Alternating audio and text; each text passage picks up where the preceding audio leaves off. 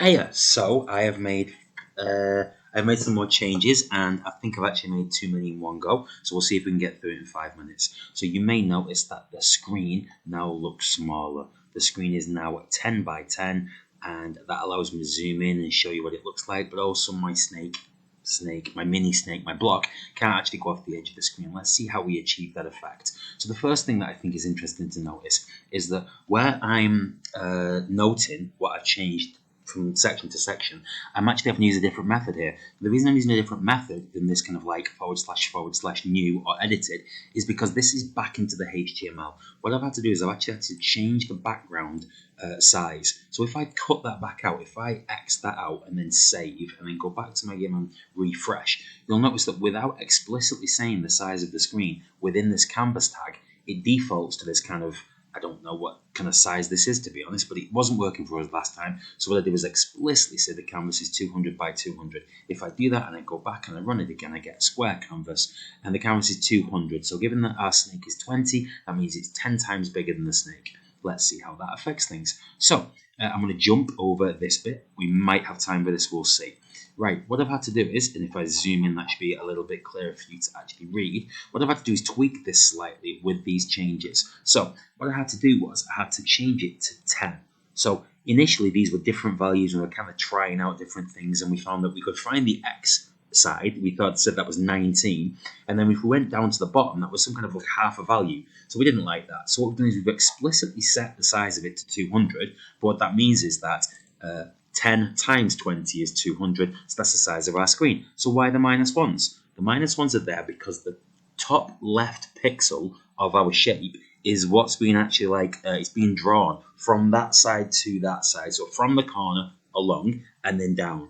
And what that means is that if we actually check whether the pixel is at 200, that means it's actually gone off the screen. There's only one pixel, it's kind of hanging just right next to the edge of the screen. So if we remove one, that sorts that out. If I was to remove that on the X side there and save and go back and refresh, what you'll see is that it goes off the edge of the screen. And what it is just kind of lurking there, can you see?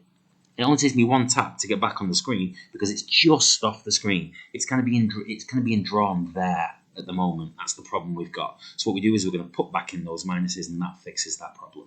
Right, then I have, if I zoom out, as well as that, I've also changed my apple. So my apple at the moment was being drawn at 0, 0. What I want to do is I want to make that a variable, because I'd like it if I could eat the apple to then be able to randomly position the apple on the screen, which you can see I've started to do here. Now let's have a look. We've got an AX and an AY, and I've had to initialize those on this line here. So I said AX and AY are at 50.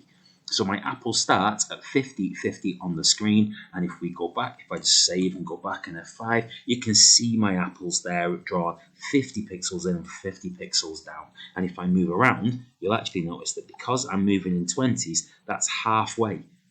Because if you remember our math, our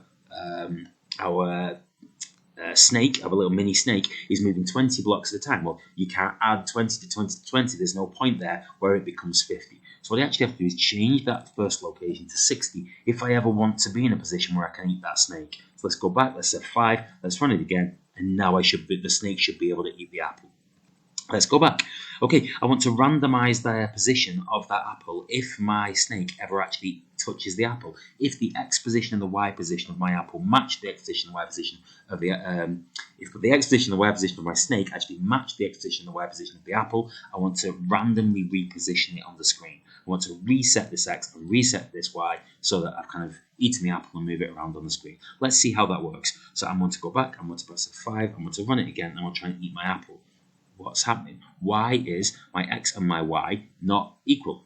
We said that my X position and my Y position here are being adjusted by 20 each time because they're being moved by M, so they should be that value. Well, is there a way in JavaScript that you can look at the console and console log the values of your variables? Yes, there is. We can use something called an alert, we can use an alert to make a pop-up on the screen, but we can also console log each of our variable amounts. And as I said at the start of this video, I think that's probably too much for this particular example, but to show what we're going to do, in here we're going to essentially print the value of our AX, and then underneath we're going to print the value of our AY to see what's causing the bug. I'll see you in the next video.